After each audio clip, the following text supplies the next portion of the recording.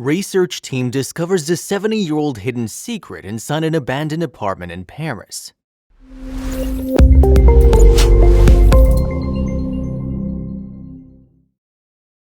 But before we start, please take a moment to give this video a like, subscribe to Happy World, and hit the bell so you'll never miss these great stories. It all started ordinarily, but ended on the most unexpected note. An inexplicably quiet woman in her 90s died in 2010, leaving behind her house and lots of head-spinning mysteries. The old lady had kept lots of secrets from the world, and when her soul departed from her body, her secrets too scattered away like many pieces of paper. Her secrets began crawling out bit by bit, and all of them had the potential of surprising the world. One of them was that the woman had one more apartment in Paris that she never mentioned about her entire lifetime. What was so different about it? A team of experts was formed to evaluate the assets of that apartment, but when they opened the door of the long-hidden house, they felt as if they'd entered another world. The apartment was full of highly valuable items, but that wasn't what astounded the experts the most. Among all these items, there was one thing that made them jump out of their skin. Experts had never seen something like this. Mrs. de Florian, a frail old lady, said her final goodbye to the world in June 2010 in the countryside of southern France. The woman, when was alive, remained a mystery to her surrounding as she never talked much to people. The 91-year-old lady had very few friends, and just like her life, the death of the woman too fell into obscurity. But as they say, the quietest people have the loudest minds. Well, her death brought a lesser-known and surprising fact about her into the light. The woman had one more apartment in Paris, and unsurprisingly, not many people knew about this property of hers. The woman had never been heard mentioning her Paris-based apartment to anyone. She kept her apartment a secret for 70 years, and now as she was gone, her apartment's secret remained unguarded. A team of professionals was formed to check out the mysterious place. The team was going to evaluate all the assets in her apartment in Paris, as the woman had no one after her. However, the team had no idea they were going to discover something astounding during that process of regular evaluation. The apartment was far from ordinary, and this appraisal was going to strip many professionals off their sleep. What was extraordinary about this apartment? Well, see for yourself. Auctioneer Olivier Chupin-Jeanvry was chosen to lead the team. They had to visit her apartment and evaluate her belongings. What struck them first was that the apartment was situated in a very posh area that centered Paris City. The team was equipped with all the instruments needed to process the evaluation. They got another surprise when they unlocked the long-closed door. It felt as they'd entered another world. Chupin-Jeanvry wondered if it was only him who was surprised by the possession of the apartment, or other members also had the same feeling. One could easily tell by looking at a single glance the apartment hadn't been used for years. Dust had made its home in it. There was a thick layer of dust on everything. Chupin-Jeanvry describes, "There was a smell of old dust, and I stumbled into the castle of Sleeping Beauty, it felt like."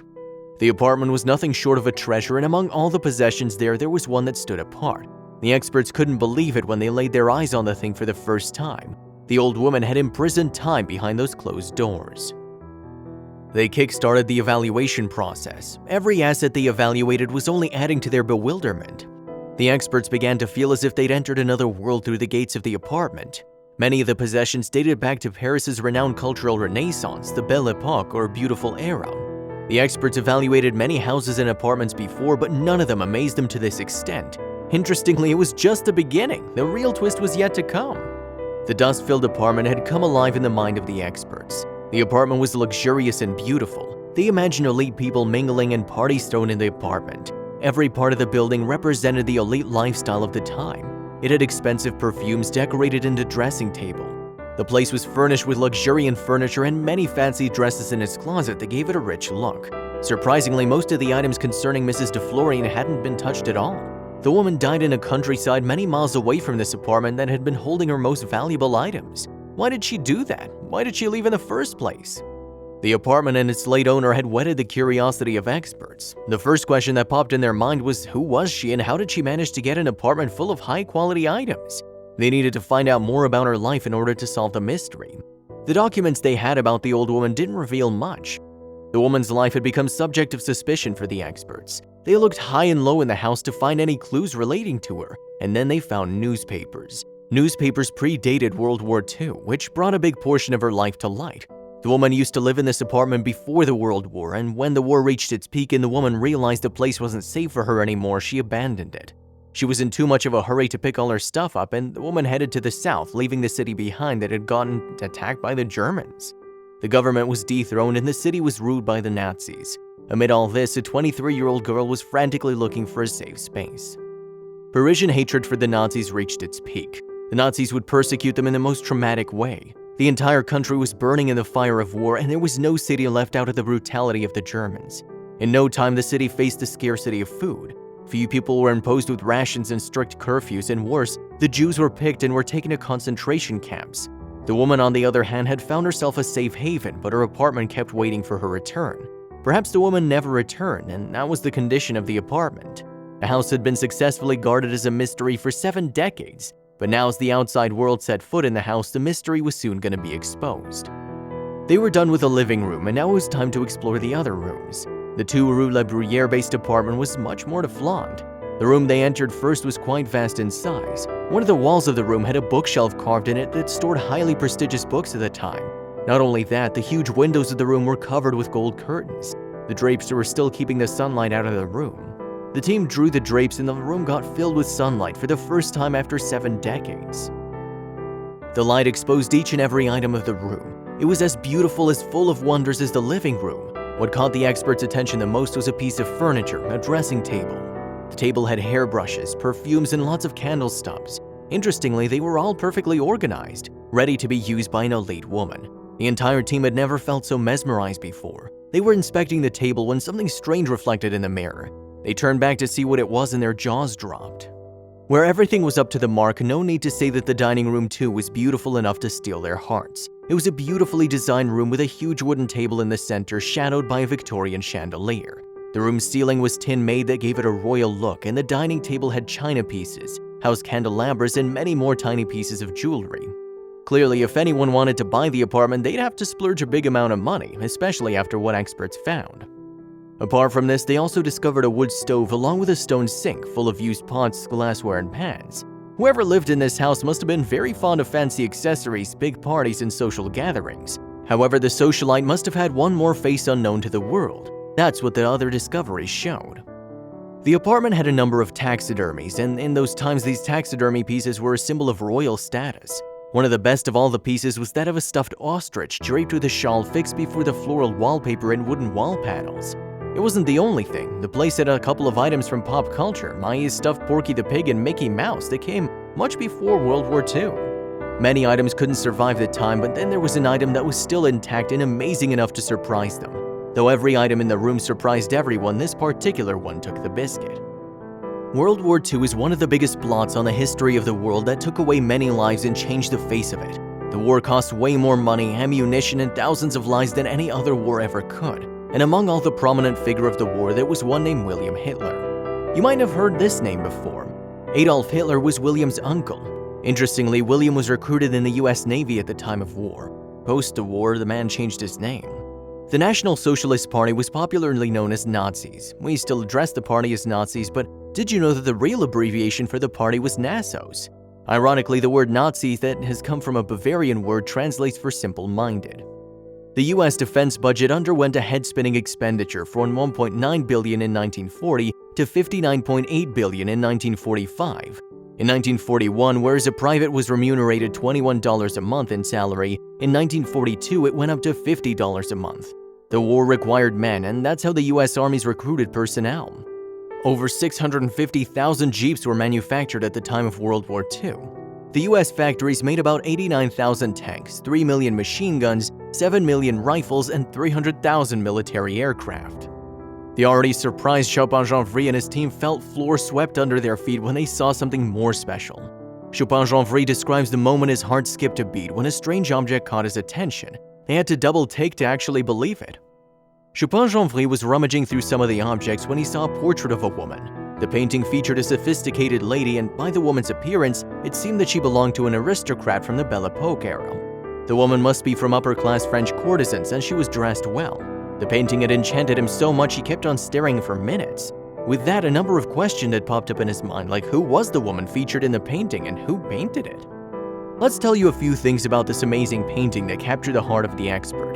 The painting was made by Giovanni Boldini, an eminent Italian artist of the 19th century. And the painting stayed hidden to this day. Had the experts not discovered it, the painting would have still been a secret. Well, as far as the woman in the painting is concerned, when it was said the woman was Marthe de Florian, the grandmother of Mrs. de Florian and also a socialite and theater artist. The woman was a renowned personality in the city in the latter half of the 1800s, as she was associated with a faction called Les Demi-Mondaines, the wild girls of the time.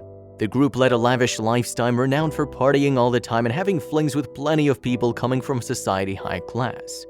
Very soon, the words about the painting and the woman in it spread around the world. The painting of utmost importance had been staying under the garb of secrecy for 70 years, and now as it was out had caused a ripple among historians and art lovers. Experts from every corner of the world headed towards Paris to know more about this painting. In their endeavoring, they resorted to French genealogical records to gather more details about the woman and her family. The experts found old newspaper clippings and birth records that revealed a great deal about Marthe. Her original name was Mathilde Eloise Bourgiron. The woman was a seamstress by profession, and as she was already parenting 2 children when she entered the world of acting. So now what was bothering the experts was why the eminent painter Boldini painted her. Was there something between the two? Along with the documents, Chopin-Joffre also got his hand on a bundle of letters tied together with colorful ribbons. Well, the real twist came when he opened the letters. They had the handwritings of Boldini and Georges Clemenceau, who became the prime minister. As if it wasn't enough, the experts stumbled upon something even more amazing. Marco Tavi was one of the members of the team of experts seeing to the case. Whilst going through the bundle of letters, the man spotted a visiting card that was actually a love note by Boldini. Ottavi explains, "We had the link and I was sure at that moment that the painting was indeed a very fine Boldini. The letter that Marc had found was a big evidence substantiating the link between Boldini and Marthe. And interestingly, that wasn't the end. Marthe de Florian was quite famous for her link-ups with prominent personalities like Pierre Waldeck Rousseau, the 68th Minister of France, Georges Clemenceau, the 72nd Prime Minister of France, Gaston Doumergue, the 13th President of France, and Paul Deschanel, the 11th President of France. The love letters validate the assumption that Boldini and Marthe did have something going on between them. However, the painting didn't confirm their affair, but the letters were enough to uncover their relationship and so the mystery of the apartment. As if the letter weren't enough, experts got their hands on one more thing that put all doubts to rest at once. The next thing experts found was a book. It was written by Emilia Cardona, wife of Boldini, in 1951. The book spanned her and her husband's life, and while writing it, she didn't forget to mention Marthe de Florian. Marthe was 24 years old when Boldini painted her picture in 1888. Not only that, but she also mentioned the two had an affair. Now her revelation only added to the confidence of experts. The researchers concluded that Marthe de Florian was a French courtesan. She was born on September 9, 1864 and passed away on August 29, 1939. The life of this woman had been erased from history all along, but now the woman was revived once again in history by Chopin-Joffre's team after 7 decades. The woman was born in the 18th arrondissement of Paris to Henriette Louise Barra and Jean Bourgiron. The woman had 3 siblings, but she lost 2 of her brothers when they were very young. Even the details of the woman's sisters were not documented properly. She became a mother for the first time on October 12, 1882. There was no detail regarding the father's name or birth certificate. However, the document did have his profession registered on it. The certificate suggested the man was an embroiderer by profession, and unfortunately her son couldn't make it long and died only after turning 3 months old, and his death followed another twist.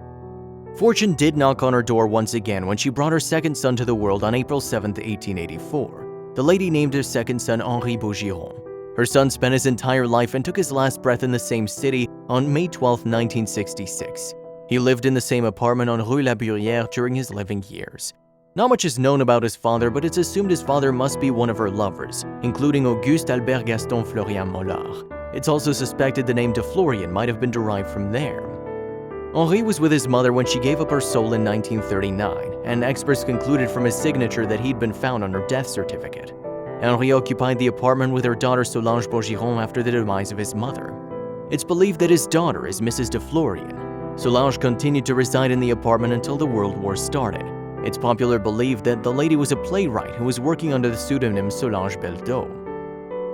The apartment had another world in it. The house that came into the existence in the late 1800s and early 1900s and since then has evaded the touch of humans successfully.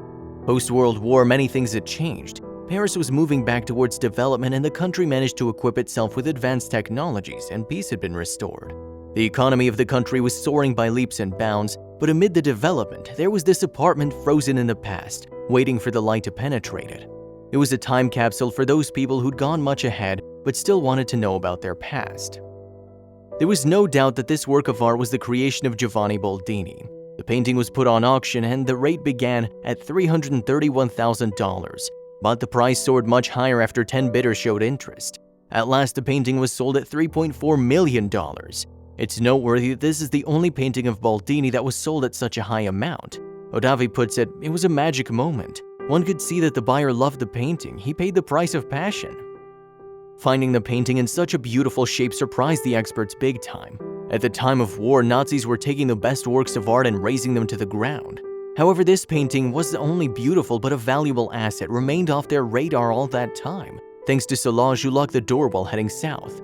You won't believe the havoc the Third Reich brought to Europe when World War II was in full swing. Adolf Hitler thought of himself to be an artist of first class, which is why the man got very angry when he was barred from entering the Vienna Academy of Fine Arts. Hitler took it as an insult and so ordered the Nazis to destroy each and every piece of art they laid their eyes on. And they also entrusted the fraction to demolish artwork that they only think is useless, i.e. modern art. His order was followed by the establishment of organizations with the aim of protecting the great artworks. The owners even offered to go into concentration camp in exchange for the protection of art from the Nazis. The Nazis nearly destroyed the world of arts. They plundered about 20% of Europe's art. Not only that, above 100,000 items never made it back to their original owners. There are no traces of many significant pieces of art, and then there's some artwork that's still unnamed. In this context, the sad case of Maria Altman would surely make sense.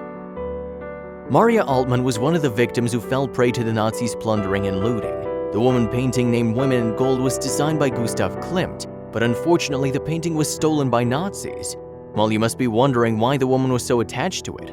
Klimt called the painting Portrait of Adele Bloch-Bauer I. Klimt gave it this name after the woman who was featured in the painting, so Maria Altman's Aunt Adele. The Nazis took away the painting after Ferdinand Bloch-Bauer, Adele's husband, left the country. It was post-World War II. The painting finally reached the Austrian State Gallery.